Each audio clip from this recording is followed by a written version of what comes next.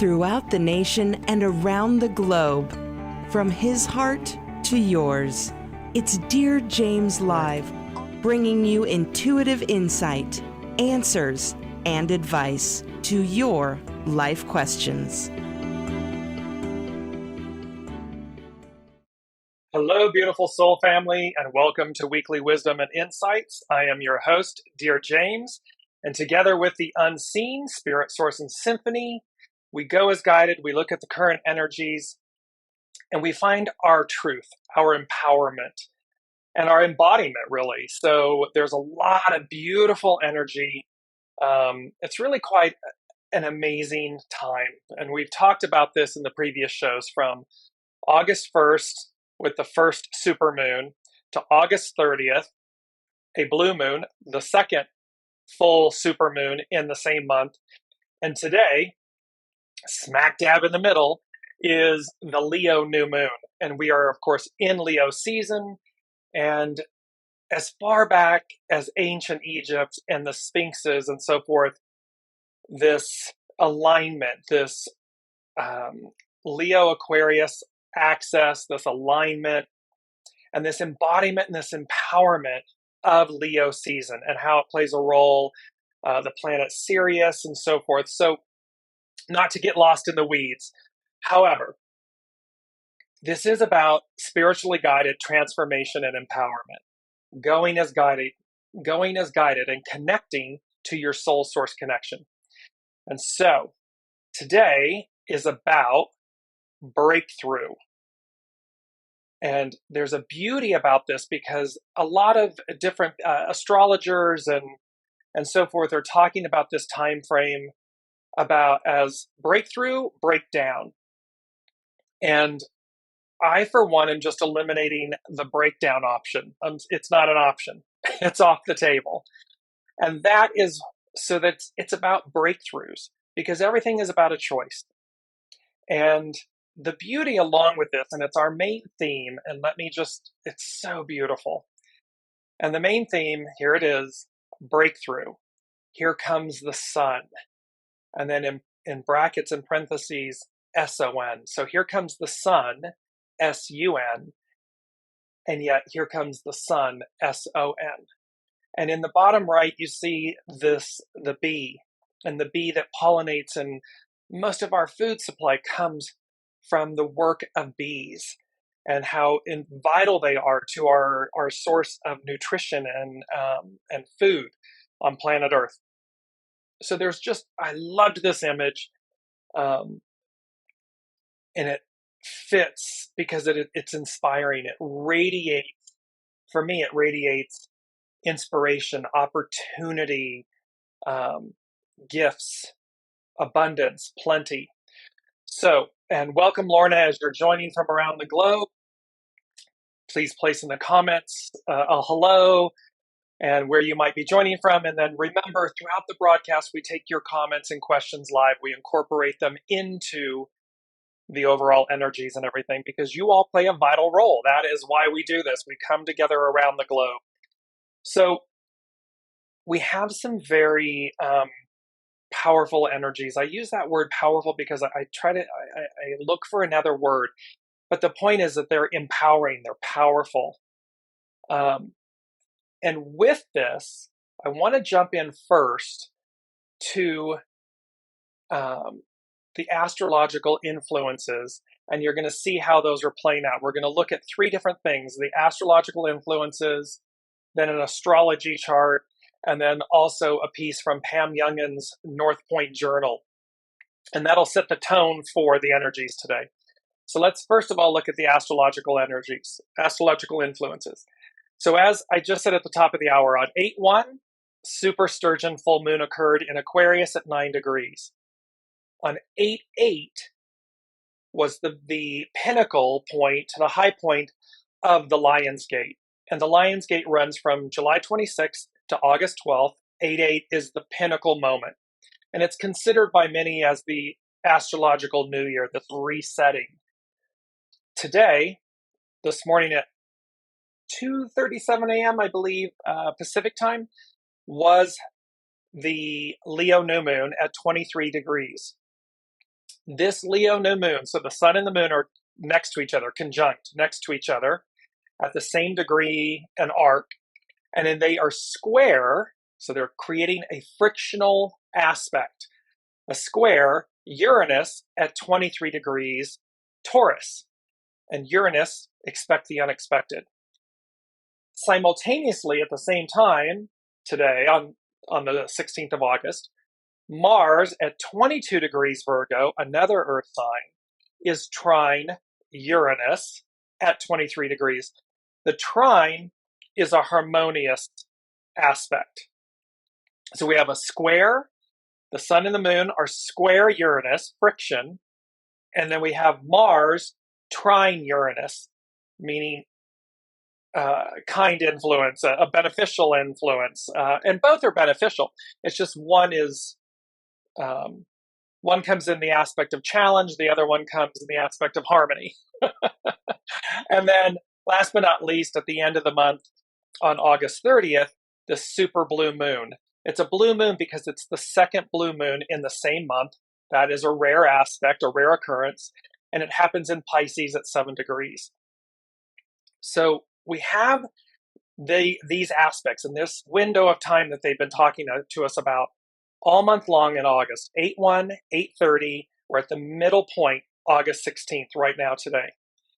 And with that, I'm going to bring up, let me just get to it. One quick second, I got to change my window here. And this is from astrologyking.com, and I'm going to share my screen with you all. You will see then, so you see the astrological chart for today's new moon, the Leo new moon. And again, this is by astrologyking.com. And the dashed red lines at the bottom of the inner circle, and that is running from Uranus over to the new moon and sun, the sun and the moon conjunct, the new moon. That is the square aspect. And notice that it's a dotted red line, which means that it can be penetrated. It means this friction, not only that it can be, but it's meant to be. It's meant to be pierced. It's meant to be transcended. So any friction, see, break through it. Here comes the sun. And then the blue line, the solid blue line, is running between Mars and Uranus. And so you can see, and it has a higher elevation, a higher note. The color is auspicious. It feels good. And so it is to remember that we have a choice. And the choice is break through or break down. And as I said at the top of the hour, I'm just eliminating the breakdown. It's not, for me personally, it's not an option. It's not an option to quote unquote break down. My choice is to break through. And so whatever it may be, whatever comes in your personal lives, and as we see things on the world stage and everything, it's going to play along with the beauty of our mantra, which is, I choose to advance. Breakthrough. I choose to advance. That is the choice before us. That is how this all plays out. And let me move now to the North Point Journal. And right before I do that, let me bring up the Lionsgate really quickly because I want to show you something that occurred. So last week, we had a portion of this image. And it was the piece on the far left and the far right. And on the far right is the Lionsgate at the 8-8 pinnacle. It's when the Leo sun, the star Sirius, the stars in Orion's belt, and Earth all align. And there's that perfect line. Now you're going to see an image by Mahdi Sohaili in the middle. And here's the crescent new moon straight down being illuminated with the sun. And you see this same exact perfect alignment, this shaft of light. Well, remember that they said on that first show of August, which I believe was on the 2nd. And they talked about this time period from 8:1 to 8:30. And they said, we're aligning things. And I said to you, the unseen is showing me this perfect line, this just true north, perfect alignment.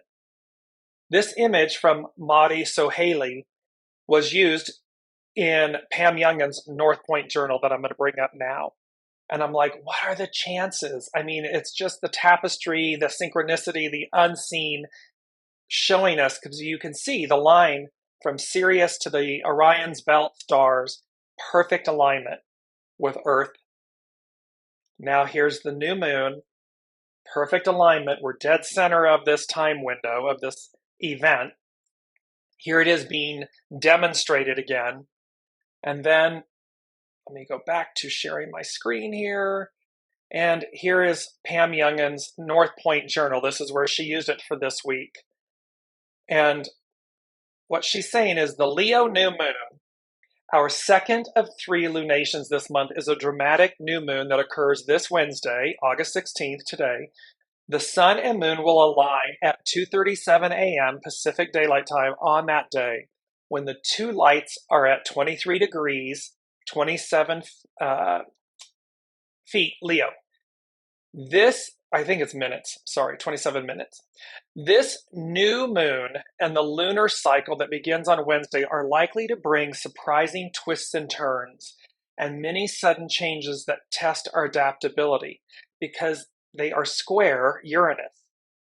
The excitement is due to a tight square between the new moon and radical Uranus, at the same time that the sideways spinning planet is strongly activated by a trine, a harmonious aspect, to energizing Mars. It's also exact today. She goes on to say, so then she breaks down, and I'm just bringing this up so you'll see where I starred them. Yesterday on Tuesday, Sun square Uranus. Restlessness and a nervous energy are very strong with this aspect. We are already feeling the effects of tomorrow's dynamic new moon. This could be a good day to take some time alone, to get in touch with what is at the heart of our impatience. How can we better honor, this is so important, how can we better honor the new person we are becoming? We have talked about this. They have provided this on this entire journey with all of us, that we are becoming new. And so how better can we honor the new person we are becoming? Our new creative impulse is calling us forward. Is there a spark? Is there inspiration? Is there a knowing about letting go of something old and previous? Aspects of ourselves, people, places, things, whatever it may be, releasing it so that we better honor the new person we are becoming. Are small adjustments enough, or is a major change needed? And it's okay. Don't be afraid of minor changes or mega changes. Simply as the mantra, I choose to advance. I'll bring it up in a moment again. And then on Wednesday, today, the new moon perfects at 2:37 a.m. Pacific Daylight Time. Mars trine Uranus, harmonious aspect. We feel energized and willing to take inspired risks to step into unknown territory. One of my favorite sayings is, we may not be able to see down and around the corner. However, that does not mean that we don't know, that we don't have a knowing. It's a feeling, it's a knowing. It permeates our being, and it inspires us to take risks into unknown territory. So even though we can't see down and around the corner, it's not that we don't know. You'll know what to do. This is a very enterprising influence, assisting us in taking the lead. It supports activities that some might judge as strange or selfish. Mercury quincunx Chiron. We might second guess ourselves with this aspect, or be overly critical at our ideas or our ability to take the initiative. It's okay. So we might second guess ourselves, but don't become stuck in the second guessing. I choose to advance. Breakthrough. Here comes the sun. And think about that too, because again, the sun, S-U-N-S-O-N. Well, S-U-N-S-O-N. S-O-N relating to Master Jesus. Well, okay, 2,000 plus years people have been waiting. 2,000 plus years people have been speaking of. It is a massive piece of our Piscean era, patriarchal Piscean era. It is the best of the best. Why? Because it foreshadows the message. The whole Second Testament, and I'm not being religious in any way, I'm just using references to make the point, the message has been about love. The matriarchal Aquarian age, and the symbol for Aquarius in the sky is the water bearer. It is a male figure that has this jug of water, the living waters, soma, life, that is pouring out the waters. And yet it is associated as well with matriarchal rule, matriarchal, harmony, love, equality, equanimity, balance, truth, purity, nourishment, good. And so we can see that here, foreshadowing at the very beginning of at the end really of Aries and the beginning of Pisces, Master Jesus arrives, and the story, this short time on earth story, has stayed with us for 2,000 plus years because it's foreshadowing the arrival of this time, this breakthrough. And what was so funny is, so Here Comes the Sun. It's a song by the Beatles. It's from the 1960s. And we spoke about last week, I'm going to bring this image up really quickly, 1661 and the 6-6 that is in the middle between these ones. The ones are gateways, the way to, a way through. They are pillars. And then what's within them, 6-6, enthusiasm, inner truth. Just hold on to that for a moment. Okay. So, and then here, the Beatles, and this song, Here Comes the Sun, the Beatles, they took off. Beatlemania, they took off during the 60s. And Beatlemania is like this euphoria, something that occurs. So here the Beatles come on the scene, and they just take over. There's a sensation that just takes over, in essence, countries, the world. Ultimately, it took over the world in the sense of this euphoria, this excitement, this wave of what they were offering. So there's a similarity here, a breakthrough, Here Comes the Sun. And the first thing that the unseen shared with us for this week is take back your power. And then I heard, have courage and be kind. So, and we're in Leo season. So remember the empowerment of Leo season, of this alignment. Take back your power. And then they were talking about your seat of power. Whole and sovereign beings. We are whole and sovereign beings. And it's not to be powerful or all powerful, to run roughshod over others. That's not the moral of the story. That's not the point. The point is to take back your power, meaning embody the seat of your soul, the empowerment of your soul source connection. And to do so to wield your empowerment, your power, your sovereignness with courage and kindness. Merge the two. Wield your empowerment with kindness. They're saying with glory, because they're talking about literally, they said Leo season, the Leo new moon, and here's this direct alignment and coming into alignment with it. They're making this awareness for us that coming into alignment with it. The next thing they said was the Lion's Gate, age of Aquarius, and they said alignment, lining things up to bull strikes, and then total eclipse of the heart. And remember, we had that song, a few months back, Bonnie Tyler, Total Eclipse of the Heart. Well, coming up on October 14th is a solar eclipse, and on the 28th of October, a lunar eclipse.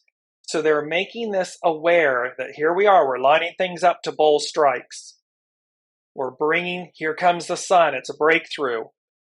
This total eclipse of the heart, these eclipses coming. And remember, Pluto is in its final retrograde in Capricorn before it officially moves for the next 20 plus years on January 24th into Aquarius. The last time Pluto was in Aquarius was the French and American Revolutions, founding of America, the Industrial Revolution, all of these things that advanced the new, that advanced liberation, breakthrough, freedom. That's what we're talking about here. So this is where this Lion's Gate, right now, it's lining us up to bull strikes. It's aligning us. It's bringing us into awareness with what's taking place. So, third thing, they said true north. Abandoned, no longer, no more. And then this whole thing about, and what I saw was they said North Star and the White Star Line. The White Star Line is the company that owned the Titanic and other ships. They were a transatlantic shipping company, passengers, freight, and so forth. The point here is true north. It's number 3. It's true north. And they're talking about the North Star, this White Star Line. Look at this image, this white star, the moon, the sun, this line, this alignment, Sirius and the belt of Orion, these alignments, this true north, this North Star, true north, abandoned, no longer, no more. And how? And then they gave me 3 words.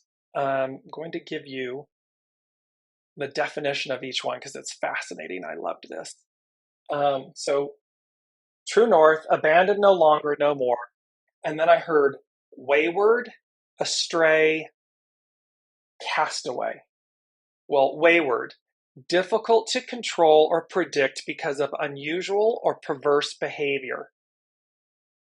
Astray, away from the correct path or direction. Castaway, a person who has been shipwrecked and stranded in an isolated place. So they're saying to us, true north, abandoned, no longer, no more. Wayward, astray, castaway. All 3 of those, wayward, astray, castaway, speak to something that has gone off track, speaks to something that has been stranded, shipwrecked, stranded, isolated. This, here comes the sun, this rejoining, realigning, aligning to true north, the White Star Line. True north. It's fascinating, gives me goosebumps. The fourth thing, and what is this all, and by the way, they gave us some beautiful 2 quotes from source that we're going to invoke here. And let me just go to the first one. So it talks about look for the good in all things, and you shall find it. So the point is it's easy to look at the negative. It's easy to stay on the surface. Look for the good in all things, and you shall find it. It's very powerful. It's a huge reminder for us to look for the good in things, to look below the surface, to step back, expand, so that we break through. Because if we don't, we will break down. We will stay on the surface. We will stay agitated. I often say, are you swimming in the cesspool? Are you in the cesspool? Well, that's a breakdown. But here, look for the good in all things, and you shall find it. You will find it. And thereby, that's a moral. It goes along with item number 4. Item number 4, I heard Job, so the book of Job. And I'm going to tie this all together because there's a moral to this entire story of the energies this week. But what I heard was Job, passion of the Christ, and then I heard trials and tribulations before redemption and deliverance. And then unshakable purity, faith, and goodness. So, Job is the book of Job discusses, testifies to, you'll see how that word testify, to the fact that he is the one in the Bible, in the Christian Bible, that the adversary, Satan means adversary, tested, basically said to God, well, Job is only loyal to you and good and everything because you favor him. You protect him, you favor him. And God said, okay, well, I'll tell you what, I'll remove that quote unquote protection, that favor, and let's see. And what came about? Job goes from, the height of prosperity and protection and goodness and joy and abundance to losing everything, livestock, children, comes into illness and so forth. And the moral of that story is he never forsakes God. He continues to look inward to say, well, if this is God's will, what is it that I'm not seeing? What is it? He goes internally. He goes and looks within. And so in essence, he disproves the adversary's point. And because of that, he's rewarded double what he had before. So there's a moral in this entire energy, in this entire window of time from 8:1 to 8:30, these double supermoons, this alignment today, the Lion's Gate, here breakthrough, here comes the sun, is for us to look inward. It is for us, remember, Pluto is at the 29th degree. It's the anaretic degree, and it's known as the degree of faith.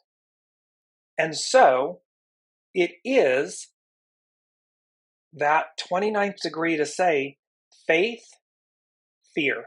Which one am I choosing? Faith, to reconnect to my seat of power, my sovereignty, the purity of my essence, my being, because I'm creating anew.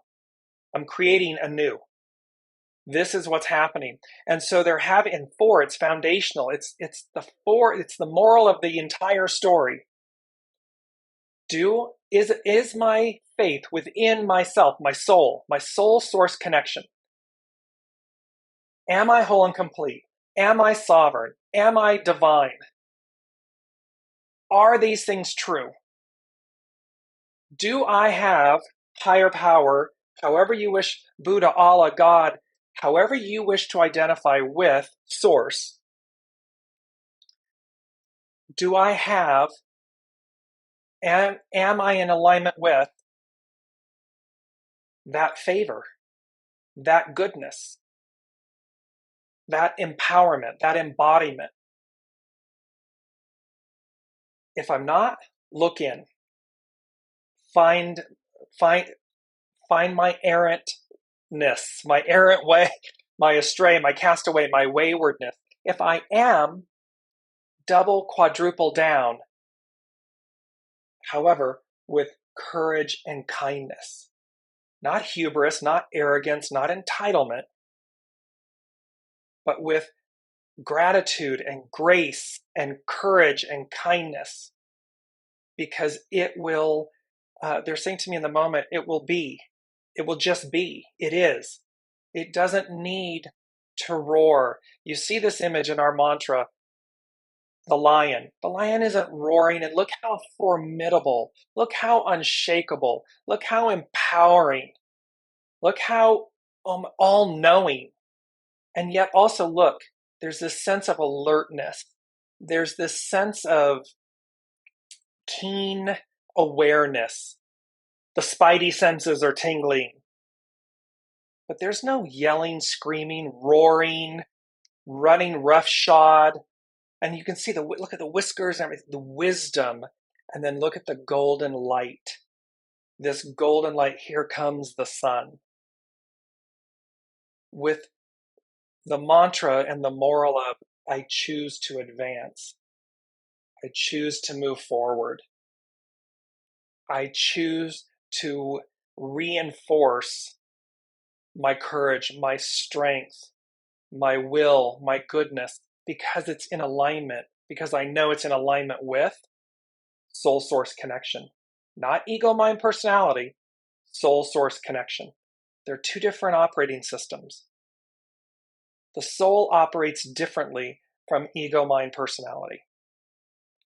It's why, ego, mind, personality, it's why it's like, hey, I'm going to negotiate, I'm going to delay, I'm going to obstruct, I'm going to run roughshod, I'm going to beg, barter, and steal. That's the ego, mind, personality. That's masks, identities, labels, stories we tell ourselves. And and then you see the soul sitting over here like, oh, these humans are so cute. I love the ego, mind, personality. Look at that. Because the soul just sits in patience and resoluteness and curiosity and awe and wonder about the ego, mind, personality. Because it just is. It knows all. The ego, mind, personality thinks it knows. Thinks it's keeping us safe. And again, we've talked about this a lot. And I don't mean to be preachy. It's just to remember, we absolutely need a healthy ego, mind, personality in service to the soul source connection, where we're going to move it around. And patriarchal rule, it's been that the ego, mind, personality is at the forefront and the soul is somewhere, if it's at all in the equation, in our awareness. Well, now it's a complete reverse. It's a complete flipping of the script. Soul source, front and center, ego, mind, personality, in alignment to, in service to soul source connection. That's the importance of number 4, this faith. And then number 5 is about deliverance. And number 5 denotes change. And so deliverance, the action of being rescued or set free. Hexagram 40 is about deliverance. It's about liberation from difficulty or obstruction. And let me just go, before we jump into it, I'm going to go to the second quote from Source. It said, how can you live in what is right without uncovering what is wrong? So it's about repairing what's spoiled. It's about uncovering it. When I said, that breakdown is not an option, it's not that I'm ignoring breakdown. It's not that I don't value what may come from a breakdown. What comes from a breakdown, when we choose it, is breakthrough. However, so we can uncover, quote unquote, what may be wrong, what's not working, so that we live in what is right. It's because we've uncovered it. It's because we've looked at it and said, I understand that it's an option if I wish. I'm not ignoring the option. I'm not ignoring its existence. I can choose, though, to recognize it and say, got it, and choose to advance, choose to break through, choose to move forward. So there's a beauty of this quote. How can you live in what is right without uncovering what is wrong? it reminds me after when Master Jesus had risen and came back, and the apostles are saying to him, the 12 apostles are asking, "Where are we going? Where are we going?" And he said to them, "You ask where you're going without knowing where you've been." And so again, it's a very similar statement here. How can you live in what is right without uncovering what is wrong? And it's what we do with that. It's what we do with that that matters. It's not to stay in the lesson. It is not to stay in the cesspool. It is not to stay in the decay of what is wrong. Pluto in Aquarius, Pluto in Capricorn is bringing to light everything that is wrong, hidden, spoiled, 2,000 plus years in patriarchal rule, energy, bringing to light so we can see it. How can we live in what's right if we don't know if we don't uncover what is wrong? We got to bring it up. We got to purify it. We got to cleanse it. And that's micro, macro. That's within our individual lives. So the moral of the story is be willing to look at every aspect of ourselves. Be willing to look at the shadow aspect of ourselves. Because within it is breakthrough, transformation. There is beauty. There is empowerment. There is power in looking at it. Be willing to do so. And that moves us forward.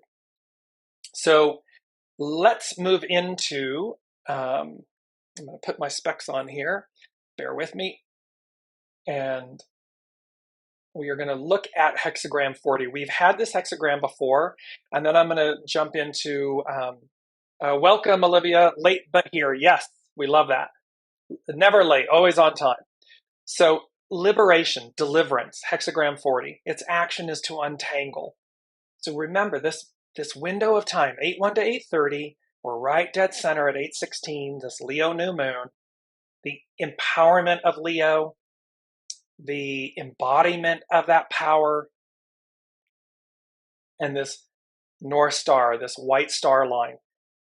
Its hidden influences after completion, to renew. North Point Journal, Pam Youngins, we are making ourselves new. And its underlining cause is 37, family support. We are in this together. So this is from Cafe Au Sol, Carrie Hone, cafeausol.com. Thunder over the abysmal water shows a sudden storm meant to release tension. This type of natural phenomenon happens when the leaves need to be removed from the trees during autumn, and again, when the protective husks sheltering spring's rebirth are also removed. In either case, something is being loosened so that rebirth is delivered. It's liberated. Rebirth. Whatever is blocking your ability to move effortlessly and joyfully through the world of events will be no match for the situations that unfold to help you let go. Higher hand, higher octave. The arc of destiny moves forward. So, soul source connection, source, ego, mind, personality is no match for the original, for source. The hidden influence of after completion also underscores a need for renewal. See, we've been there, done that. We've completed the Piscean patriarchal era. We have received from it what we will. Now we are looking at the underbelly, the Pluto, bringing what has been hidden all this time, bringing it to light so that we know what's wrong, so we can remedy it, we can repair it, we can advance. Because what comes? Pluto in Aquarius, what comes? A whole new world. Well, a whole new country came, right? The founding of America came out of previous countries. And it created a new ideal. And then came the Industrial Revolution, created advancement, technologies, and so forth. What's happening again? The cycle is occurring again. However, this time it's occurring in the age of Aquarius, not the age of Pisces. So great advancement, great renewal. The underlying cause of family suggested a time of nurturing and protection. Defensive ideas, ego, mind, personality, this is a good one. Defensive ideas meant to protect anger or a lifestyle of hiding will be brought out into the open so that you can find deliverance from yourself. Because remember, these things that have occurred that are happening on a world stage, that happen with our lives, so things that are hidden, wayward, astray, castaway, things that are not true north, they happened because of us. We did that. We, 8 billion people on the planet, somewhere within each of us, more, sometimes more than others, we went astray. We went off the correct and true path. We did these things. So it's about bringing deliverance from ourselves. So we see it's a reckoning. It's a reckoning with ourselves. So that when we advance, the only thing we take, and you're going to see 66, I'm going to tie this, the only thing we take forward is the good. Forgiveness is not something we offer others, but something which leads to our own freedom. The upper trigram of arousing hits like a bolt out of the blue to lead us from the abysmal danger. A bolt out of the blue. 8:30, a blue moon. It comes out of nowhere. It's out of the blue. Uranus, expect the unexpected, the shocking thunderbolt, this friction. Whatever is transpiring will bring renewal and calm to the inner landscape, inner being, soul source connection. It is important that you return to a place of calm and renewal. So wayward, astray, castaway, true north, we return to a place of calm and peace and renewal. Seat of power, seat of your soul. G releases tension and stress and is a time of letting go so that you don't drown in your own quagmire of negativity. This is about speaking to the whole of it. See, this is why it's being purified, because otherwise we just drown in the cesspool of this shadow, this decay, this waywardness. But instead, we're being brought back full center. In order to do that, how can you live in what is right without uncovering what is wrong? We have to uncover, we have to clarify, purify, cleanse, release.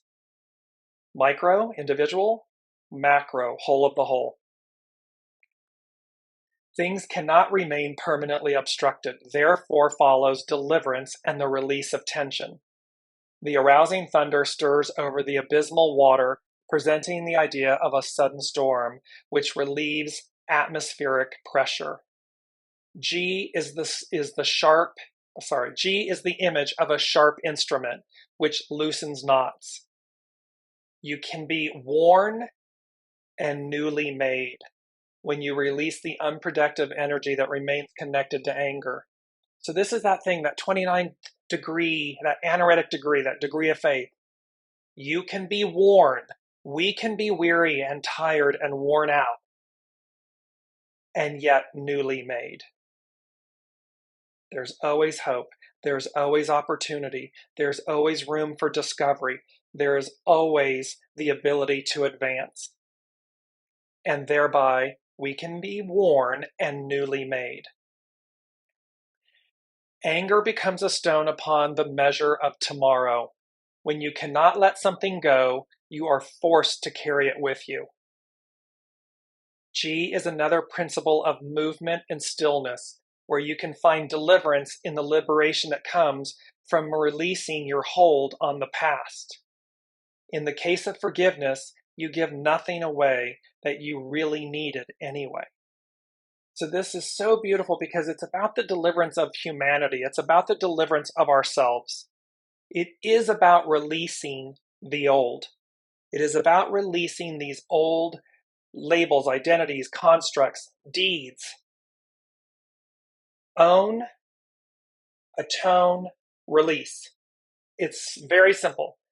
Own whatever it may be. Maybe it's a thought, an image. Maybe it's a wrongdoing from the past. Own up to it. Recognize, uncover the wrong. Recognize the wrong. Atone for it. Atoning can simply be sending forth your own forgiveness of self. Having a discussion with your soul source connection. And then release it. I choose to advance. It doesn't mean I've ignored it. It doesn't mean I'm hiding it and hoping nobody sees it. It simply means I own it, I atone for it, and I release it. And that allows me to move unencumbered. It restores my seat of power.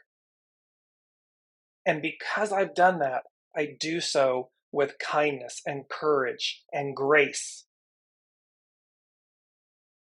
God, it's powerful. I love this. Okay. I hope you all are loving it. Place in the comments how this is resonating with all of you. Last but not least, I want to bring in, because they gave me 66, 77, and today we have double sevens. So the 1 and 6 becomes a 7, 2023 is a 7, so double 7, so 877. August is an 8. So we have double 7s. The whole thing becomes 22. 22, the most powerful master number. While you don't reduce master numbers, 2 and 2 is 4. 4, it's foundational. And so we have really powerful, empowering numbers, energy. 6, 6, 7, 7, and then 8, 8. And for me, I see 6, 6, 7, 7, and 8, 8 all the time. Well, they gave me the word resurrectionist. So let me move to that one first. And interestingly enough, the word resurrectionist, the first use, no surprise, was in 1777. So 17, follow, be led, soul source connection. 7, 7. 3 sevens. And it's resurrectionist, a person who brings something to life or view again, to be made new, to believe in the empowerment, the renewal of ourselves. We can be weary and yet made new. So we have that. Olivia saying letting go is most important. Holding onto it means it's still happening. Exactly.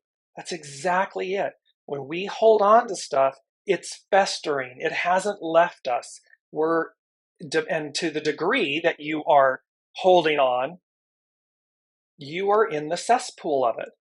And that can be anger, fear, resentment, hurt, whatever aspect it is. By holding on to it, it is still in your energy force. You are still in the lesson. You've yet to transcend it. You've yet to release it. And you've yet to see it's good. Look for the good in all things, and you shall find it. You will find it. So no matter what the circumstance is, step back and look through. Find what's good in it. And that requires us to be introspective. It requires us to go in because everyone's a character in our play. They're playing a divine role on soul to soul. They're playing a divine role. That's what this is talking about. And here, resurrectionist, a person who brings something to life or view again. A believer in renewal. Then we move to, here we go, number 66. And this is just fascinating. So, number 66. And I looked because oftentimes, again, from a historical, spiritual place, one of the greatest books, the Bible. So, okay, let's look and see. So, number 66 derives part of its meaning from the millennium.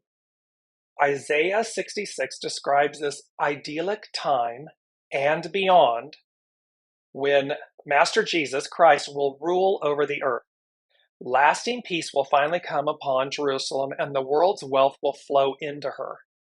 Anyone who does evil upon the earth will be swiftly dealt with by the Lord, and the people shall see his glory.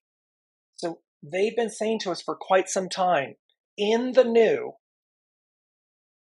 to do wrong will be so painful that you won't do it. You just won't. Because it's not that because it's not an option. It's not that we don't know it exists. It's just not an option. It's like breakthrough, breakdown. It's not that we don't know that breakdown is present. It's just, do we choose to break through instead? This same thing. It goes on and talks about how, and contains, so here's this idyllic, Isaiah 66, something idyllic, talking about the new, that it happens during the millennia, this idyllic time and beyond. But it also speaks to, 66 also speaks to in the Bible, in 66 AD, what is known as the First Jewish-Roman War, or the Great Jewish Revolt, began. Violence first started in the city of Caesarea. Roman procurator Florus then further fanned the flames of revolt when he took money out of the temple treasury and feigned it was for the emperor. The war would ultimately lead to the destruction of Jerusalem and her magnificent temple in 70 AD. And Master Jesus prophesied about the leveling of both the city and the temple. So, 66. Both utopia, the ideal, this millennia period and beyond, and also, so breakthrough, breakdown. Idyllic, destruction. It contains, and what are we choosing? And it's interesting too because it's also associated, number 66 is associated with Judah's king Manasseh. This word Manasseh came to me, and then I finally connected it. Because when I first was looking, I was receiving it phonetically, and I was Googling and I couldn't find anything. And then when they brought the number 66 back to me again for us, it was like, and what it associates with is, so Judah's king Manasseh, who ruled from 696 to 642 BC, dies at the age of 66. He was the longest reigning sovereign over either Judah or Israel. He was also one of the most evil rulers over God's people. He zealously brought back pagan altars and so forth. The irony of this example is Isaiah was his maternal grandfather. And he ordered the execution of Isaiah. And so here, the prophet Isaiah is speaking to the idyllic millennium and beyond period, the good, and yet this number 66 is associated with his grandson, King Manasseh, who actually had him executed. So good, evil. This breakthrough, breakdown. These, they're saying the high and the lows, the light and the dark, and the moral of the story is to look in, because it is to balance and harmony, yin yang. We are talking about matriarchal rule. So we're talking about the harmony and the balance of the light and the shadow, the white and the black, the yin and the yang. It is about the harmony and the balance, the purity of them, not the eradication of one over the other. So ego, mind, personality, soul. It's not that one must die for the other to exist. It's not that that's what we should be doing, pursuing. What we want to pursue is the idyllic harmony and balance of them, operating in unity and oneness, so as to effectuate a far greater outcome existence, a utopia. That is the moral of all of today's energies and this time period, and it is fascinating, and just looking to make sure I haven't left anything out, because I just want to go and bring this image back up, because again, these two quotes from Source. The first is, look for the good in all things and you shall find it. That includes you. That includes each of us. Look for the good in ourselves, in all things, and we will find it. Look for the good in others, and we will find it. Look for the good in the minutia, in the frictional aspect, the square, in the challenge, because we will find the good, the opportunity, with the gift, the pearl. We'll find it. And again, lastly, how can you live in what is right without uncovering what is wrong? To look within, to see ourselves. And let me just end with this. It is the most empowering. To surrender is to be the most empowered, because you're surrendering to yourself. You're surrendering to your sovereignty, to the seat of your soul, to your soul source connection. Should anyone in those moments of surrender with yourself demonstrate, run roughshod, it will say everything about them and nothing about you. It demonstrates the depth of the light with them, meaning the distance from the light, and thereby how much further do they have to walk. However, that's their journey. Namaste, I bow to the divine in you, allow them that journey. It does not mean that you need to subject yourself to it. It does not mean that you need to accept that kind of behavior. It does not mean that you need to become that form of behavior. Simply demonstrate the value of your own empowerment, the sovereignness of your soul, and utilize that to break through, because here comes the sun. And there's something about this that's going to feel and be like Beatlemania, like it just takes the world by storm, comes out of the blue, comes out of nowhere. And it's to what degree we are aligned, because they are being very clear that they, the unseen source, higher power, they are aligning things. True north, truth, embodiment, empowerment, strength. They're doing their part. Let us do ours. So until then, thank you all so much for joining us this week. I love you all. Thank you for participating. And let's see what we've got. Two more, the 23rd and the 30th. So let's see what happens in this window of time. And of course, right behind this window of time, right following it, are these two upcoming eclipses, total eclipse of the heart. So until then, we will see you next week. Until then, be well, be joyful, be happy, and be kind. All right. Love you all. See you next week.